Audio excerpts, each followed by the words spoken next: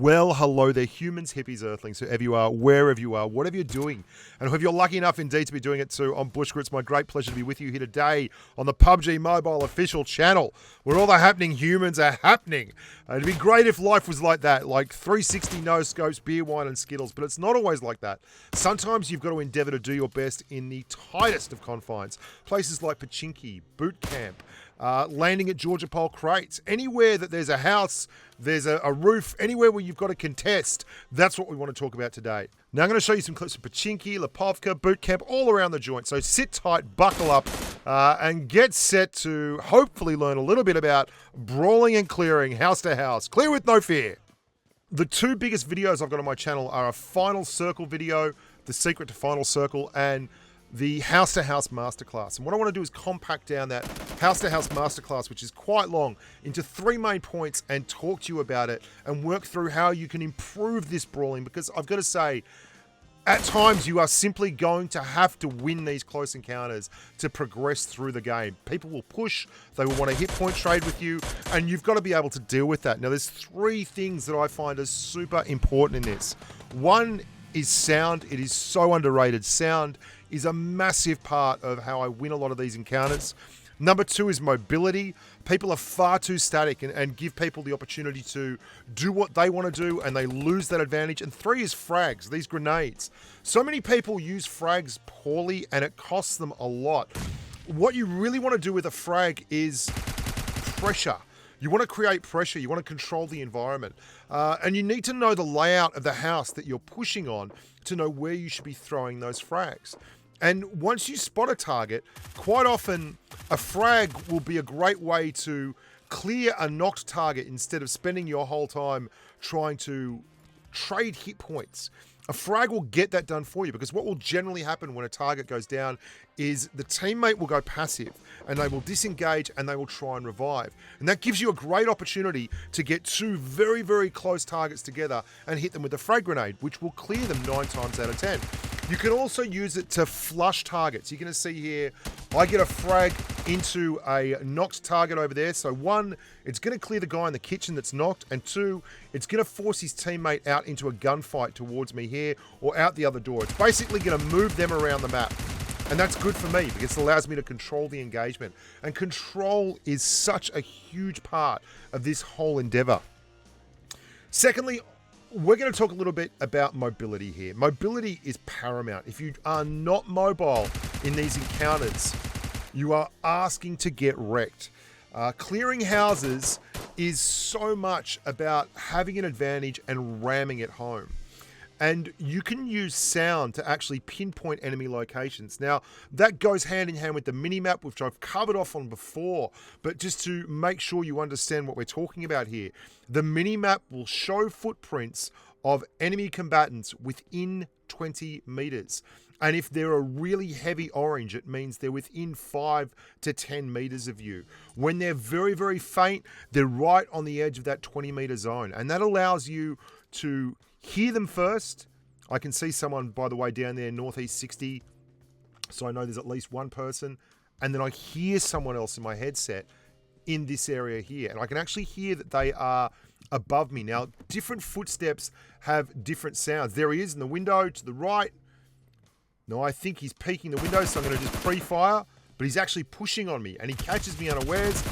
Luckily, though, we can strafe a little bit, and we hit more shots than he hits, which is great for us. We're going to clear the target, and we know there's at least one other in town. And because we figure that there's one other in town, it's probably a squad. I'm playing solo versus squad. I'm listening for it. I hear someone pushing in again. The footprints pop on the minimap. They're slightly orange. They're darker orange. He's very, very close. I hear the door open. He's coming up the stairs. And because I'm not sitting in a corner, not doing anything, I'm able to judge where he's coming from, when he's coming, and make that move at the last possible moment. Now, there's 2 sets of footprints on the minimap right now. I'm moving because I know I'm going to get pinned. There's 2 sets of footprints. This is the last 2 people in the squad. So I have to push up. Now, this guy does a very, very good job because he's not static. Last 186 was not static, was not sitting in the corner, was not waiting, just doing nothing, was actually mobile and moving about the map. And that is a great way to look at how many hit points I got left. I've got literally 1 hit point left. I'm going to give you another example of this. This is all about mobility. When you're house-to-house fighting, you have to be fluid. You have to take a situation and move. Now, that's going to mean you need to be able to control your avatar, your player. There's a squad here. I'm solo versus squad again. I know they're pushing on me. They're firing at me. I've cleared one. There's a car out the back. I've got a 4 times and a car 98. You know it'd be a great idea here if I actually took the UAZ that's out the back and drove off. Now, I'm not driving off to leave them be. There's a knock upstairs.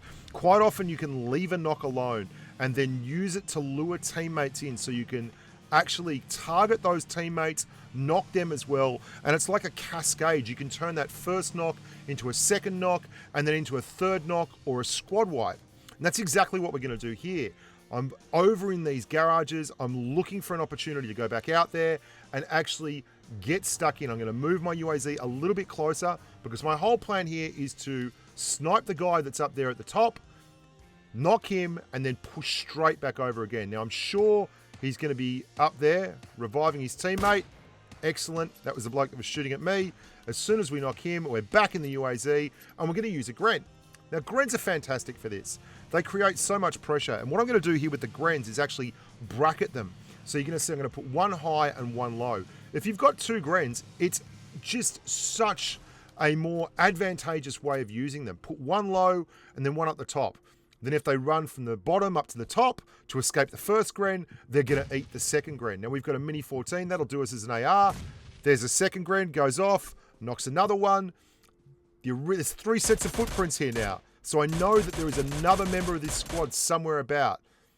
I'm not going to bother with that knock. I'm just going to go and clear the 3rd member of the squad first. Now, if you've knocked someone and you've cleared the rest of them, that's all well and good. I don't know where the 4th guy was in this squad. He obviously dropped somewhere else or he was running around doing his own thing. But you've got to be fluid. I like to think of it like this. If a target is stationary and is in a static area without movement, without any kind of fluidity, they can't adapt to the situation and they have lost control of the engagement. And I am in control of the engagement. And that leads to some pretty hilarious moments where I actually end up pushing on full squads all the time because I feel like if they're in one spot, I have such a huge advantage. You can throw Grens through windows, you can force them out choke points, you can knock one and then work off that knock and leverage it into more knocks, and it's like a cascade of fantastic things for you as a close quarters player. Let's talk a little bit more about sound. You can see on the minimap there is a car driving around in here. They've gone the wrong way. It's bad news for them. It's great news for me. What I'm going to do is show you now a little bit of a really big boot camp game I had the other day. We nailed it at boot camp, and it was all close quarters stuff. And I want to speak about this particular segment of the game here. You'll see this is one house. This is one area, and we're going to do most of our work around this area. We're going to base all of our stuff off this area here. Now, I'm always looking at windows. I'm always peeking windows. It's a lot easier in third person. But the thing that is more important in a situation like this, when you're solo versus squad and there's a lot of people around you, is your ears. Your ears in the minimap. I can see where this guy is. And it is so much easier for me if I can coordinate my ears and those footprints on the minimap and come out with a very good logistical outcome for myself where I'm pretty certain where they're going to be. By the way, how hot is this yellow racing car driver outfit? Big fan of the yellow racing car driver outfit.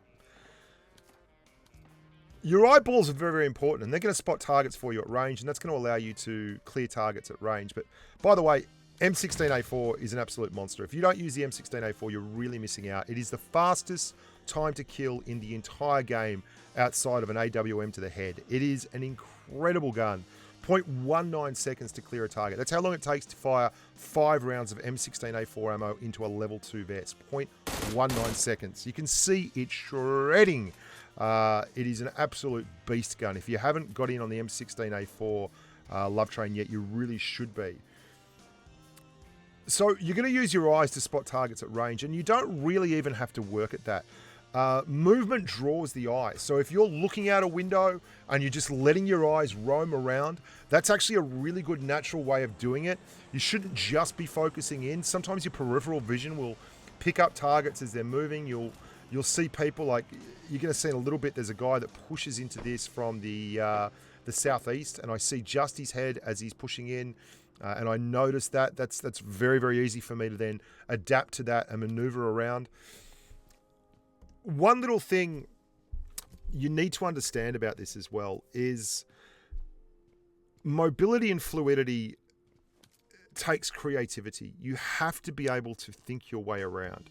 So you may try and do this. You may try and jump out windows and go all John Wick or Jet Li or, whoever you want to use as your metaphor for this. And it may take a while to get used to it. It may actually take you a while to become good at it and be able to move your character in a meaningful way. Here we go. You can hear footsteps. And the timbre of the footprints changes. So they're above me now. It's a deeper, thuddier footprint. So I know that target is now above me. And I can see on the mini-map that they're very close, then they're faint. So it's moving away and then very strong. So he's in the next room. To my left, I know he's there. And that gives me such a huge advantage. I mean, look at the advantage on being able to do that successfully. I know that he's on the second floor. I know that he is in the northern room on the second floor. And I know that he's moving back towards me as his footprints get stronger. That means as I'm coming around that corner, I'm already pressing the button for a 3-round burst of 5.56 into the chest area.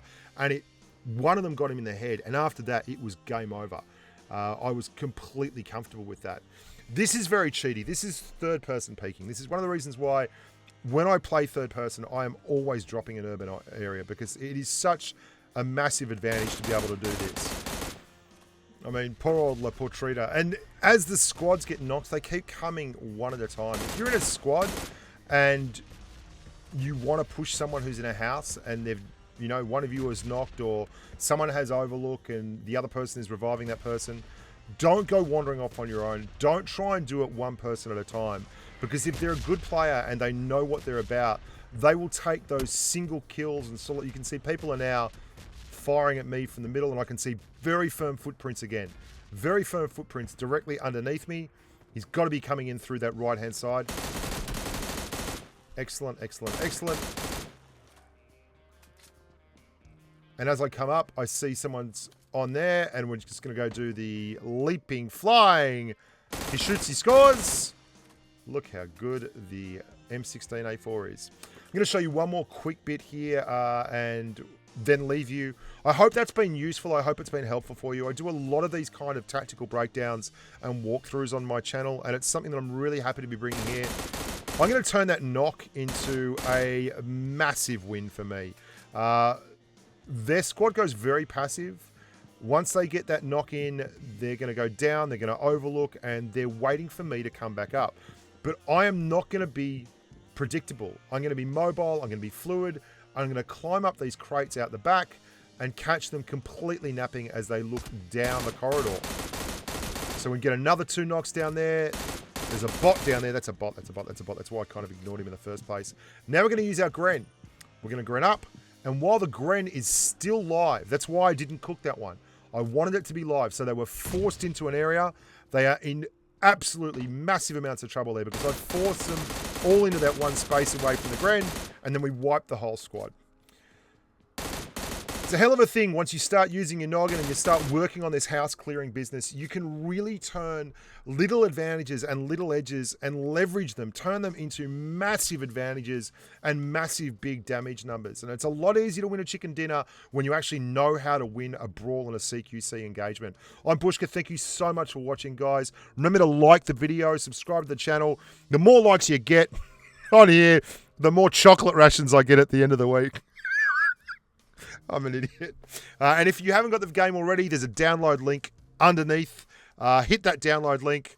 And, Bob's your mother's brother. Onwards and upwards, humans. Thanks for watching. And until next time, stay safe on the battlefield. Bye for now.